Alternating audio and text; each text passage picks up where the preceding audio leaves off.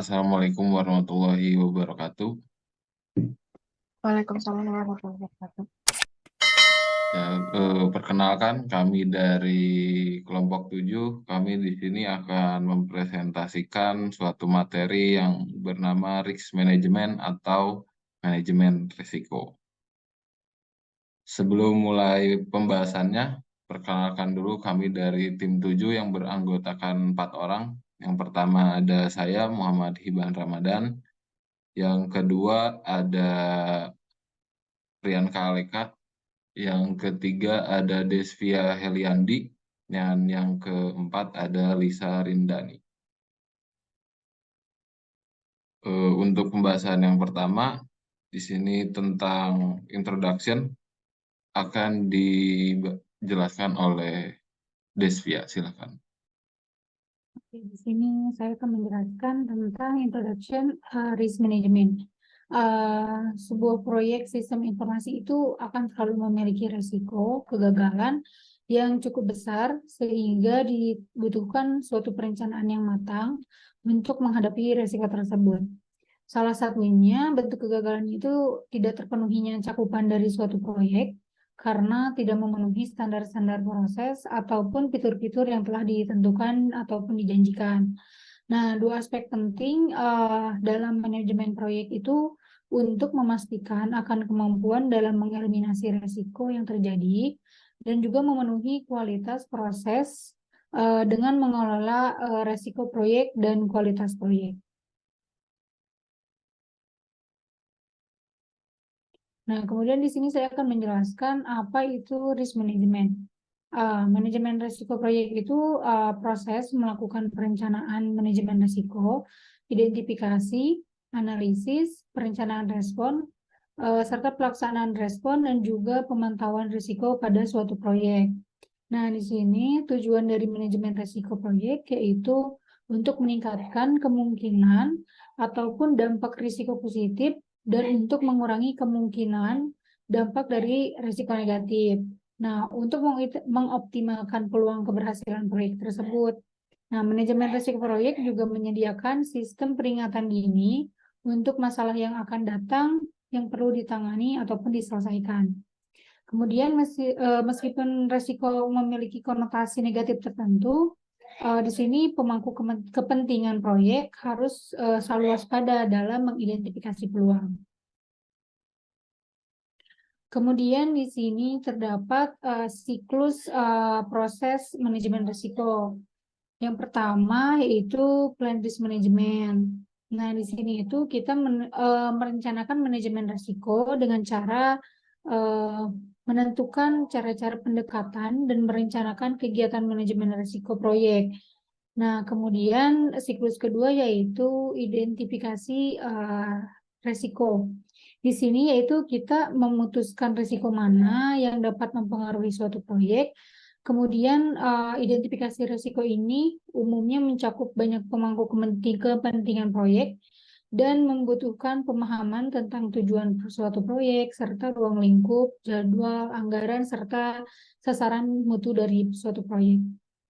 Kemudian di sini siklus ketiga yaitu perform qualitative risk analysis, yaitu di sini kita melakukan analisis risiko kualitatif yang berfokus pada analisis kualitatif mengenai dampak dan kemungkinan risiko yang diidentifikasi.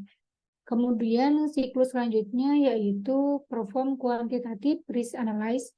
Di sini melakukan analisis risiko kuantitatif digunakan untuk mengembangkan model probabilistik untuk memahami dan menanggapi risiko yang diidentifikasi tersebut. Kemudian di sini terdapat plan risk response atau merencanakan respon dari risiko.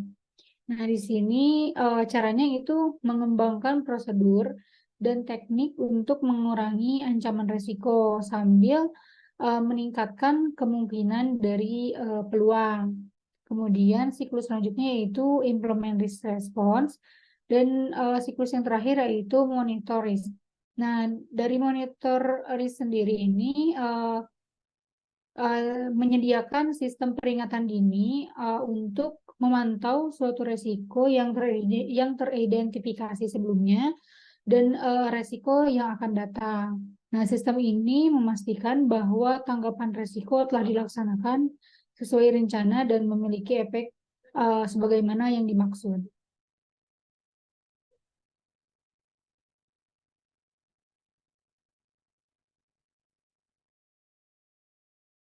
Karena tadi sudah dijelaskan beberapa tahapan untuk eh, mengimplementasi manajemen resiko, di sini saya akan menjelaskan tahapan pertamanya, yaitu bagaimana cara membuat manajemen resiko, bagaimana cara memplanning manajemen resiko. Yang pertama, kita harus memastikan sumber daya manusianya dulu. Jadi eh, harus dipastikan dulu sumber daya manusianya, secara skillnya, secara jumlahnya, dan lain-lain. Yang kedua, memastikan teknologi yang diterapkan. Jadi karena teknologi itu banyak versinya, jadi kita harus memastikan dulu teknologi mana yang akan sesuai dengan kebutuhan eh, kebutuhan dari kliennya atau pengguna proyeknya. Dan yang ketiga ada memastikan timeline pada suatu proyek. Jadi tidak boleh terlalu lama dan tidak boleh terlalu mepet-mepet juga. Dan yang keempat, yang terakhir, melibatkan stakeholder dalam pengesahan suatu proyek. Karena stakeholder ini berfungsi untuk menggali informasi rahasia ataupun informasi-informasi yang tidak umum diketahui oleh orang biasa gitu. Selanjutnya, eh, bagaimana cara mengidentifikasi sebuah resiko. Yang pertama, harus menganalisis secara mendalam terhadap proyek yang akan dirancang. Jadi ini lebih poinnya ke pemahaman setiap anggotanya gitu ya, setiap anggotanya atau khususnya seorang PM untuk mengidentifikasi masalahnya harus mengetahui dulu proyek ini akan kemana dan tujuannya akan seperti apa. Dan yang kedua, melibatkan seluruh pihak dari suatu proyek. Kenapa melibatkan seluruh pihak dari suatu proyek? Karena diharapkan dapat menilai suatu permasalahan atau suatu hal dari berbagai sudut pandang. Yang ketiga, mengimplementasikan framework dan juga teknik-teknik pencarian suatu masalah.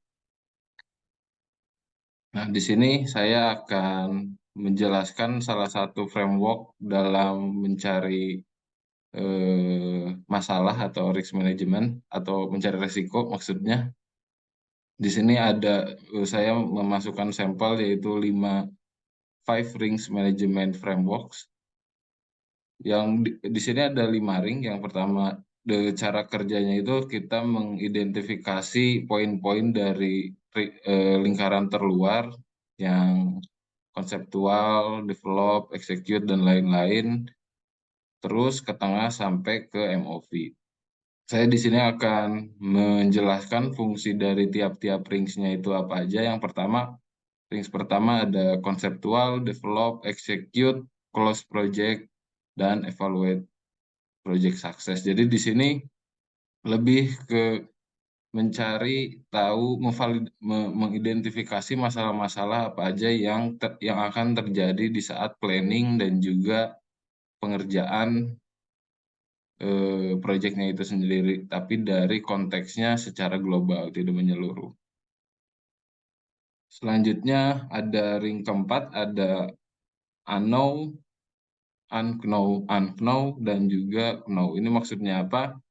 Jadi kita memvalidasi atau mengidentifikasi masalah-masalah yang kita sudah tahu akan kejadian, atau kita mengidentifikasi masalah yang kita belum tahu kejadian, dan atau kita yang kira-kira akan kejadian gitu.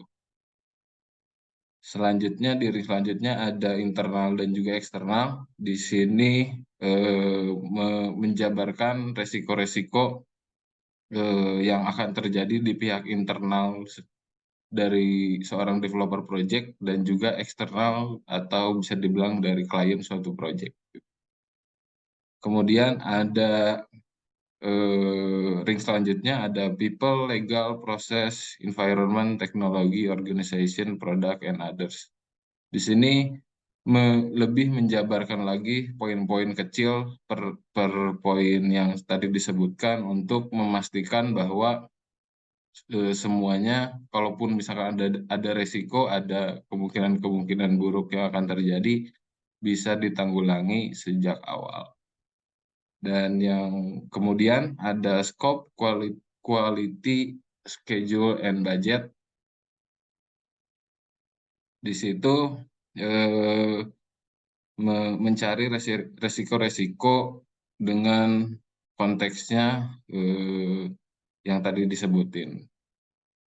Dan yang terakhir ada MOV. Kenapa di tengahnya ada NOV karena semua analisis-analisis resiko yang akan terjadi harus sesuai dengan kebutuhan MOV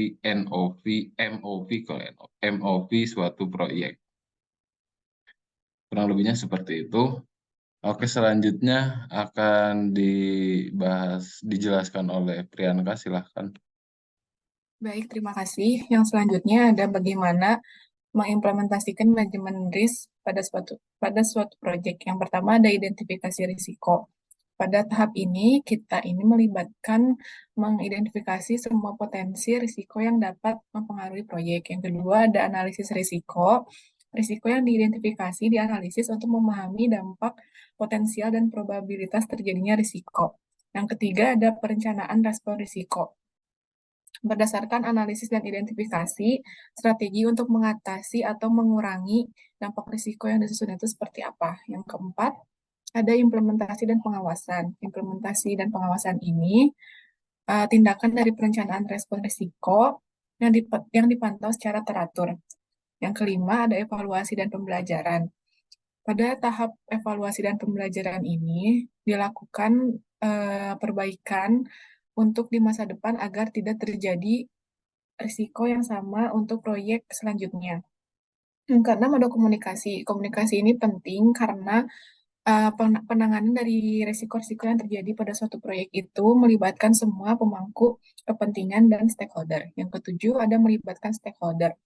Seluruh pemangku kepentingan proyek seperti klien, tim proyek, dan pemasok terlibat dalam proses manajemen risiko. Dengan mengidentifikasi, menganalisis, dan merespons risiko secara efektif, proyek memiliki peluang yang lebih baik untuk mencapai tujuannya secara sukses.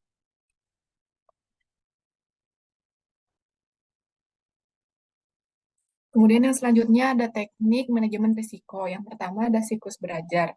Siklus belajar ini menggunakan pelajaran dari proyek sebelumnya untuk meningkatkan manajemen risiko di proyek saat ini. Yang kedua ada brainstorming. Brainstorming ini memungkinkan tim proyek untuk secara kolaboratif mengidentifikasi berbagai risiko potensial. Yang ketiga ada teknik kelompok nominal. Teknik kelompok nominal ini sebenarnya sama dengan brainstorming namun lebih terstruktur dan memungkinkan anggota kelompok memberikan masukan secara anonim. Yang keempat ada teknik Delphi. Teknik Delphi ini pendekatan yang lebih formal dengan pertanyaan yang diajukan dalam beberapa putaran, namun berfokus pada konsensus. Kemudian yang kelima ada wawancara. Wawancara ini berbicara langsung dengan pemangku kepentingan untuk mengidentifikasi risiko dan informasi terkait. Kemudian yang keenam ada daftar periksa atau checklist. Ini menggunakan daftar risiko yang telah ada atau dibuat sebelumnya untuk memastikan semua risiko yang mungkin telah diidentifikasi. Yang ketujuh ada analisis SWOT.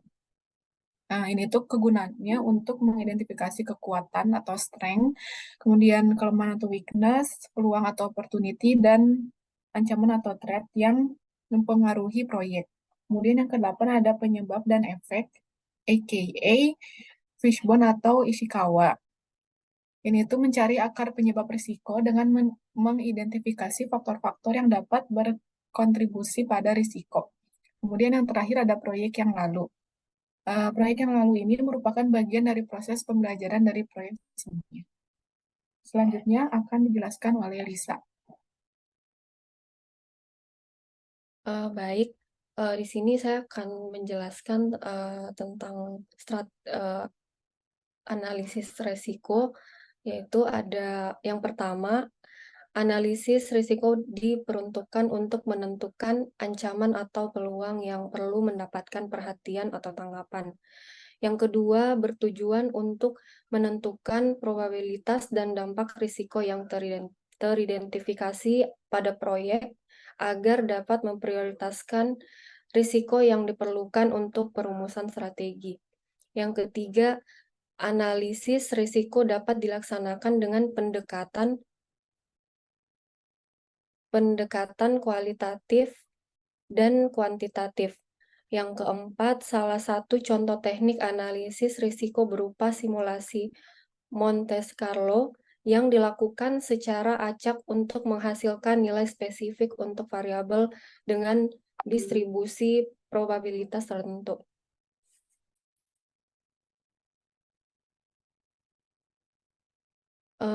Terus di sini ada strategis manajemen resiko.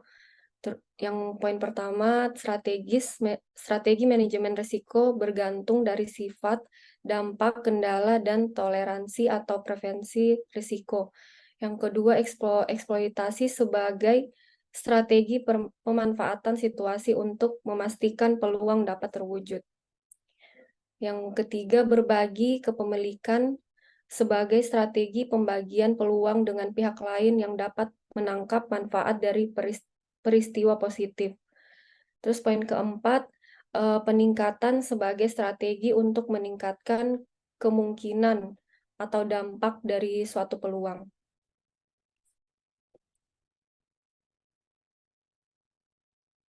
Terus penerimaan sebagai strategis di mana manajer proyek memiliki pikiran terbuka untuk memanfaatkan peluang jika muncul. Terus menerima atau mengabaikan sebagai strategi untuk menerima atau mengabaikan risiko yang didasari atas pendekatan pasif. Terus cadangan manajemen sebagai strategi di mana pihak manajemen proyek telah menyiapkan cadangan baik dalam hal anggaran maupun rencana khusus jika menghadapi situasi tertentu. Terus cadangan-cadangan sebagai strategi yang dikendalikan dan dirilis dalam panduan spesifik ketika terjadi resiko. Terus di sini ada rencana kontingensi sebagai rencana alternatif yang dibentuk untuk menyikapi kemunculan risiko tertentu. Dan juga penghindaran sebagai strategi dan berfokus pada pengambilan langkah-langkah untuk menghindari risiko. Mengurangi sebagai strategis untuk mengurangi kemungkinan atau dampak ancaman yang dapat terjadi. Terus ada transfer sebagai strategi mentransfer kepemilikan risiko kepada orang lain, misalnya dalam bentuk pembelian, asuransi, atau mensubkontrakkan sebagai pekerjaan proyek kepada orang lain. Oke, sekian dari saya kembalikan kepada Mas Hiban. Ya, sekian presentasi dari kami kelompok 7 dengan mengangkat materi risk management atau manajemen resiko. Kurang lebihnya mohon maaf. Dan saya tutup dengan ajakan, jangan lupa tonton sampai habis dan subscribe. Terima kasih. Wassalamualaikum warahmatullahi wabarakatuh. Waalaikumsalam. Waalaikumsalam warahmatullahi wabarakatuh. Dadah, dadah, dadah, dadah, dadah. Ke kamera kayak gitu. Tutup dulu.